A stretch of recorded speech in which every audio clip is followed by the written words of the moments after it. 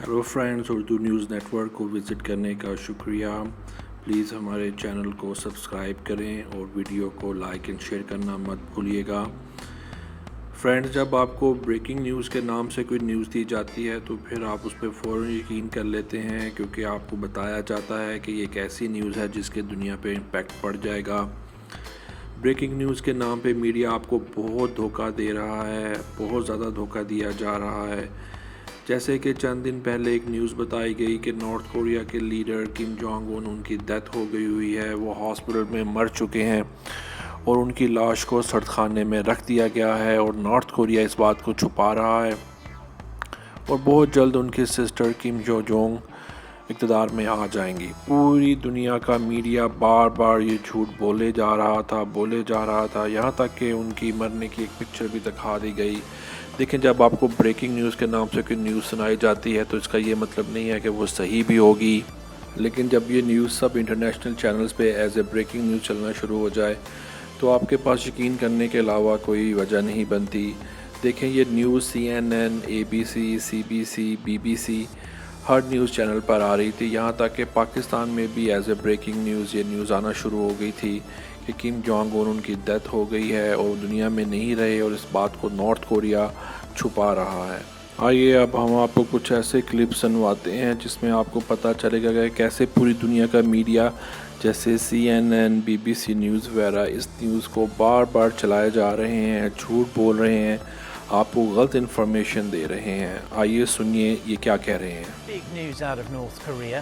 The regime's leader Kim Jong-un is reportedly in grave danger after undergoing surgery of an unspecified nature.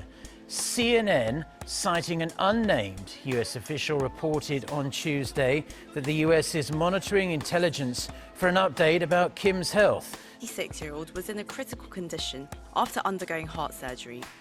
It suggested that his failing health was due to a number of factors, including obesity, his smoking habits, and fatigue.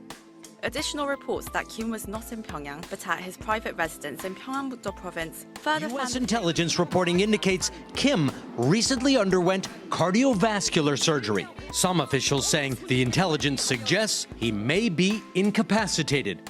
دیکھیے کیسے ایک جھوٹ بار بار بولا جا رہا ہے، یہاں تک کہ دنیا کا ہر نیوز چینل ایک ہی جھوٹ کو بار بار بول رہا ہے تاکہ آپ کو یقین آ جائے اور آپ بھی اس پہ یقین کرنے کے لیے تیار ہیں. کچھ گھنٹے پہلے یہ نیوز آ گئی ہے کہ کم جونگ اون زندہ ہیں، انہوں نے کھاد کی فیکٹری کا افتتاح کیا ہے، لوگوں سے ملے ہیں. اب پوری دنیا کا میڈیا جو پہلے جھوٹ بول رہا تھا اب بغلیں بجا رہا ہے، انہیں سمجھ نہیں آ رہی کہ کیا کریں. دیکھیں، جب ایک جھوٹ بار بولا جاتا ہے اور تواتر کے ساتھ بولا جاتا ہے تو آپ اس پر یقین کر لیتے ہیں. اب میڈیا کو سمجھ نہیں آ رہی کہ ہم لوگوں کو کیسے بتائیں کہ کم جونگ اون زندہ ہیں، ان کو بالکل سمجھ نہیں آ رہی، اور کیسے لوگوں کو بتائیں کہ ہم ایک جھوٹی خبر آپ کو بار سنا رہے تھے. دیکھیں، اسی بات کا تو رونا ہے کہ جب میڈیا جھوٹ بولتا ہے اور جھوٹ پھیلاتا ہے تو لوگ اس پر یقین کرنے پر مجبور ہو جاتے ہیں. اسی بات کو مولانا طارق جمیل صاحب نے چند دن پہلے ہائی لائٹ کیا تھا. آپ کو یاد ہوگا کہ کیسے ان کے ساتھ سلوک کیا گیا، ان سے معافی منگوائی گئی.